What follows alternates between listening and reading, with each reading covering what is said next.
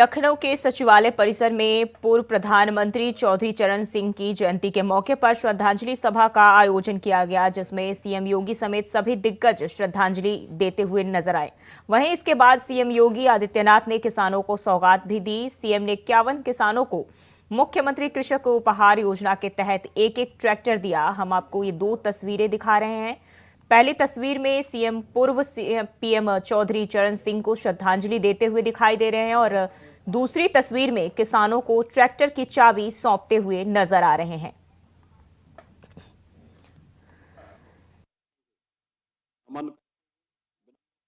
अर्पित करता हूं। हम सब जानते हैं कि चौधरी साहब ने देश के अन्नदाता किसानों के लिए बहुत सारे महत्वपूर्ण बातें कही थी और उस समय जब आबादी भी कम थी और वे स्वयं उन्होंने स्नातकोत्तर की पढ़ाई लॉ से की थी, लेकिन किसान और कृषि पृष्ठभूमि होने के नाते उनका बहुत सारे मुद्दों पर बहुत स्पष्ट था और स्पष्ट राय थी कि जब तक किसान गरीब रहेगा भारत अमीर नहीं हो सकता। ये चौधरी साहब की बातें थी। ग्रामीण भारत ही असली भारत है। भारतवर्ष की समृद्धि का मार्ग देश के खेत एवं खलियान से होकर के गुजरता है, या जागरूक जनशक्ति ही सबसे बड़े लोकतंत्र का आधार है। और इसके लिए उन्होंने ढेर सारे कार्यक्रम और रिफॉर्म करने की दिशा में वे आगे बढ़े। बिचौलियों द्वारा किसानों के शोषण को बंद करने के लिए मंडी बिल पारित कराने का कार्य हो, उत्तर प्रदेश में होल्डिंग अधिनियम के समेकन की प्रमुख भूमिका हो, लघु सीमांत श्रेणी के किसानों के 3.5 एकड़ तक भूखंडों को भू राजस्व के भुगतान से छूट दिलवाने का मामला हो, उर्वरकों को बिक्री कर से मुक्त कराने का मामला हो, या काम के बदले अनाज कार्यक्रम की शुरुआत हो, या फिर राष्ट्रीय कृषि ग्रामीण विकास बैंक की स्थापना जैसे महत्वपूर्ण ऐसे कार्य थे जो चौधरी साहब ने अपने समय में किसानों के साथ जुड़कर के अन्नदाता किसानों के जीवन में व्यापक परिवर्तन करने के अभियान को आगे बढ़ाया था। और ये हमारा सौभाग्य है कि सन 2001 में जब भारतीय जनता पार्टी की सरकार ही प्रदेश में कार्यरत थी, उस दौरान चौधरी साहब के इन सपनों को जमीनी धरातल पर उतारने के लिए चौधरी साहब के जन्मदिन को किसान सम्मान दिवस के रूप में हम मना सकें, इस दृष्टि से राज्य सरकार ने जिस कार्यक्रम को आगे बढ़ाया था, आज ये अपनी एक नई ऊंचाइयों को प्राप्त कर रहा है।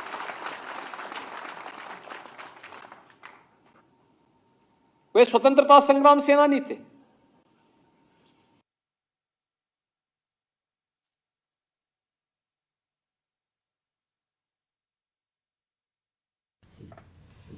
तो लखनऊ से ये आप मुख्यमंत्री योगी आदित्यनाथ को लाइव सुन रहे थे, जहां मुख्यमंत्री कृषक उपहार योजना के तहत इन्होंने किसानों को उपहार दिए और पूर्व प्रधानमंत्री चौधरी चरण सिंह की जयंती पर श्रद्धांजलि कार्यक्रम का आयोजन किया गया, जिसमें उन्होंने अपना संबोधन दिया है। इस दौरान 51 किसानों को उपहार दिया गया है। मुख्यमंत्री कृषक उपहार योजना के तहत सीएम ने किसानों को तोहफे दिए हैं और पूर्व प्रधानमंत्री चौधरी चरण सिंह की जयंती के श्रद्धांजलि कार्यक्रम का आयोजन है। इस दौरान 51 किसानों को सीएम योगी का उपहार मिला है।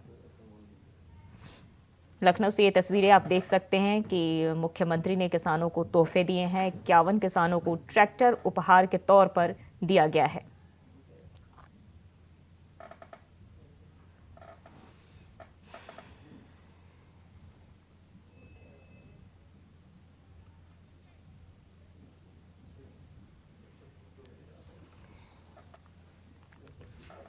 और बात करेंगे अगली खबर की। बिजनौर से अहम जानकारी सामने आ रही है। 1 दिवसीय दौरे पर आएंगे सीएम योगी। विकसित भारत संकल्प यात्रा के तहत जनसभा को संबोधित करेंगे सीएम योगी आदित्यनाथ। लाभार्थियों को प्रमाण पत्र बांटेंगे सीएम योगी। नाजिबाबाद में जनसभा का होगा आयोजन। तैयारियां पूरी, सुरक्षा के किए गए पुख्ता इंतजाम। तो बिजनौर से अहम जानकारी सामने आ रही है। विकसित भारत संकल्प यात्रा के तहत जनसभा का आयोजन किया जाना है, जिसे मुख्यमंत्री योगी आदित्यनाथ संबोधित करेंगे। लाभार्थियों को प्रमाण पत्र भी बांटेंगे मुख्यमंत्री।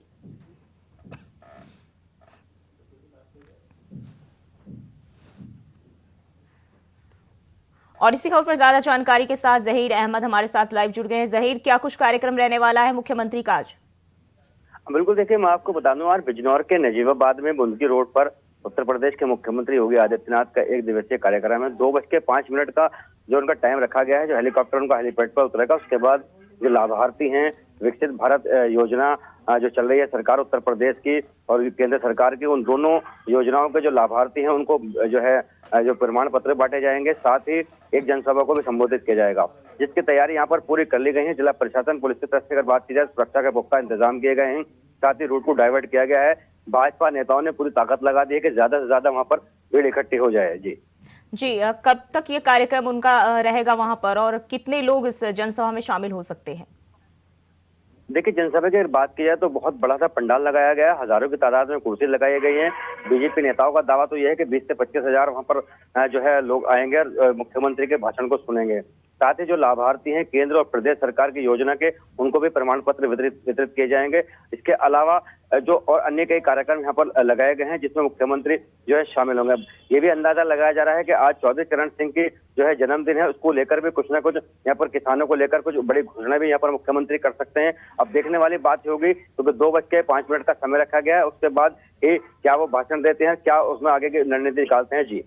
जी, क्या ये माना जाए 2024 जो लोकसभा चुनाव होने, उसको लेकर मुख्यमंत्री लोगों को फिर से साध सकते हैं? बिल्कुल, देखिए अगर उसकी बात की जाए 2024 के चुनाव की, तो भाजपा जो है शुरू से चुनाव में जुटी हुई है और इसी के चलते आज उत्तर प्रदेश के मुख्यमंत्री योगी आदित्यनाथ का कार्यक्रम है। क्योंकि नगीना लोकसभा के अंदर ये नजीबाबाद क्षेत्र पड़ता है, वहां पर नगीना लोकसभा क्षेत्र पड़ता है। साथ ही और बिजनौर जिले में 2 लोकसभा क्षेत्र हैं, तो दोनों लोकसभा क्षेत्र को कहीं ना कहीं इस रैली से जो है कवर करने का पूरा भारतीय जनता पार्टी का प्रयास है। और इसीलिए आज मुख्यमंत्री क्या भाषण देते हैं जनता को अपने आकर्षित करने के लिए और क्या क्या यहाँ पर घोषणाएं करते हैं, ये देखने वाली बात होगी। जी, आज पूर्व प्रधानमंत्री चौधरी चरण सिंह की जयंती है, ऐसे में क्या खास तोहफा जो है मुख्यमंत्री दे सकते हैं? देखिए, कयास लगाए जा रहे हैं कि आज उत्तर प्रदेश के मुख्यमंत्री, जो पश्चिम उत्तर प्रदेश गन्ना बेल्ट है, हो सकता है कि आज गन्ने का जो है बढ़ा हुआ दाम घोषणा कर दें या और कोई इसके अलावा भी कोई बड़ी घोषणा यहाँ पर कर दें किसानों के लिए। तो किसानों के लिए कई योजनाएं यहाँ पर पहले से ऑलरेडी भारतीय जनता पार्टी की सरकार में चलाई जा रही हैं। तो ये एक अंदाजा लगाया जा रहा है, जो किसान है, जो भारतीय जनता पार्टी के नेता है, जो अन्य कुछ लोगों, उनका साफ तौर पर यह कहना है और वो कह रहे हैं कि जानकारी मिल रही है कि हो सकता है कि आज मुख्यमंत्री गन्ने के भाव की घोषणा यहाँ पर कर दें। जी, पूरे पश्चिम को देख लें तो वो जाट समूह का जो है एक समुदाय कह सकते हैं, पूरा बेल्ट जो है जाट का है। तो ऐसे में क्या सीएम योगी उन्हें साध पाने में कामयाब हो पाएंगे? बिल्कुल, देखिए 2019 के इलेक्शन की अगर बात की जाए तो बिजनौर की दोनों सीटें बीएसपी के खाते में चली गई थी गठबंधन में। समाजवादी और बीएसपी का जब गठबंधन था, दोनों चली गई थी। इस बार भारतीय जनता पार्टी का पूरा प्रयास है कि जाट और अन्य बिरादरी के जो लोग हैं वो उनके पाले में आ जाएं। इसको प्रयास को अपने पक्ष में करने के लिए पूरी तरह से भारतीय जनता पार्टी प्रयास कर रही है। और इसीलिए आज ये रैली जो वहां पर नजीबाबाद में रखी गई है, जो जनसभा रखी गई है, वहां कहीं ना कहीं इस बात के कयास लगाए जा रहे हैं कि जो किसान है, जो जाट बेल्ट है, जो जाट है इस इलाके को, उनको अपनी तरफ आकर्षित करने के लिए मुख्यमंत्री कोई ना कोई घोषणा कर सकते हैं आज। जी, बहुत बहुत आपका धन्यवाद तमाम जानकारी के लिए।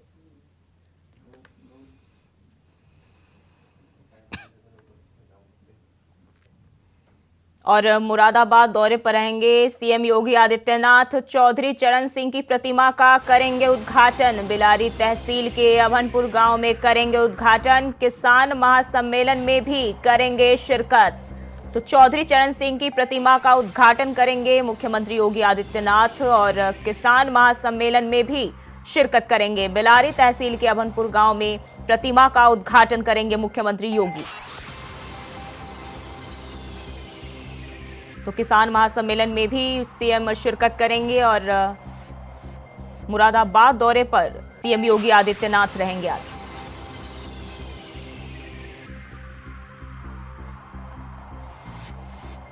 और इसी खबर पर ज्यादा जानकारी के साथ सारिक सिद्दीकी हमारे साथ लाइव जुड़ गए। सारिक, कितने बजे पहुंचेंगे सीएम योगी?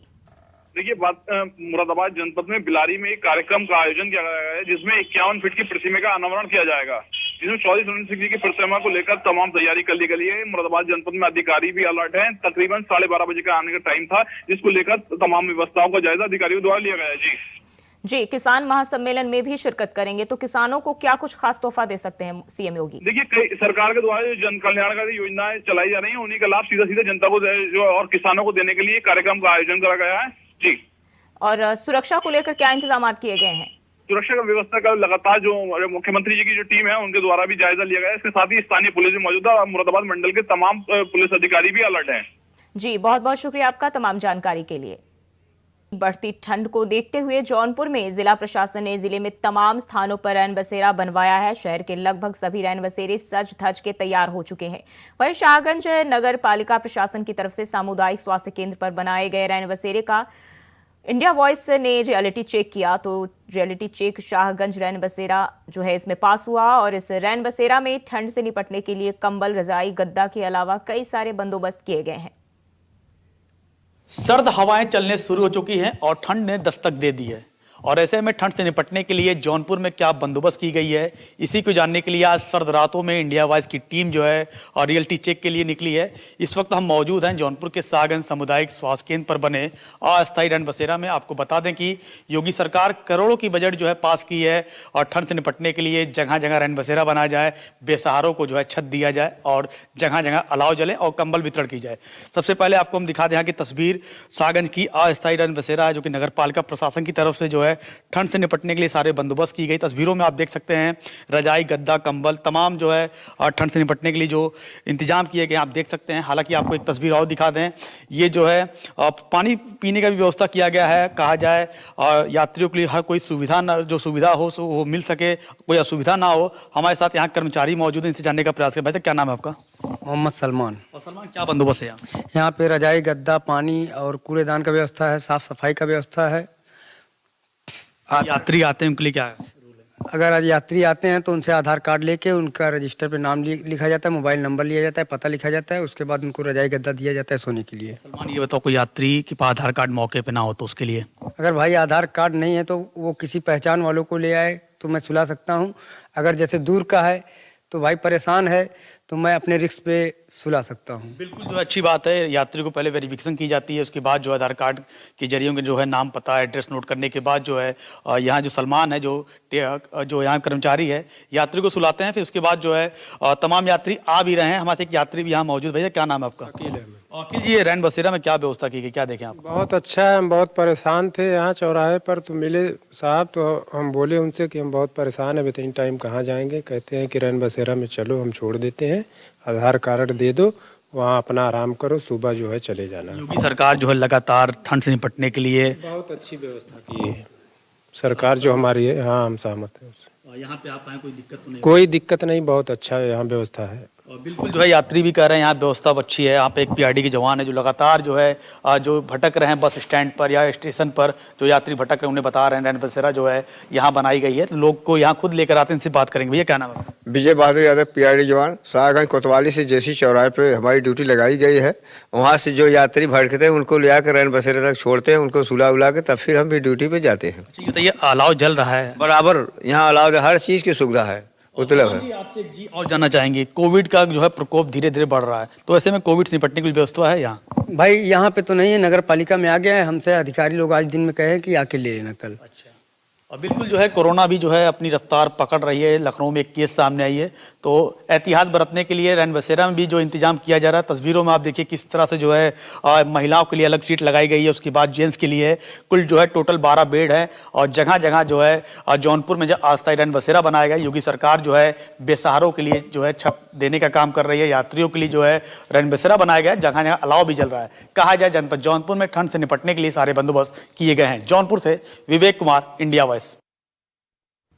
और मथुरा में 1 घंटे में हेलीकॉप्टर मथुरा से आगरा का हवाई सफर कराएगा। बता दें कि सीएम योगी 25 दिसंबर को दोपहर 12 बजे राधा कृष्ण स्वरूप के साथ हेलीकॉप्टर से उड़ान भरकर इसकी शुरुआत करेंगे। पर्यटन मंत्री जयवीर सिंह भी मुख्यमंत्री के साथ मौजूद रहेंगे। साथ ही बटेश्वर से उद्घाटन के बाद फ्लाइट गोवर्धन जाएगी, जिसमें सीएम योगी भी होंगे। इसके बाद 26 दिसंबर से आम लोगों और पर्यटकों के लिए हेलीकॉप्टर सेवा शुरू हो जाएगी। सीएम योगी भारत रत्न पूर्व प्रधानमंत्री स्वर्गीय अटल बिहारी वाजपेयी की जयंती पर हेलीकॉप्टर सेवा का शुभारंभ करने जा रहे हैं।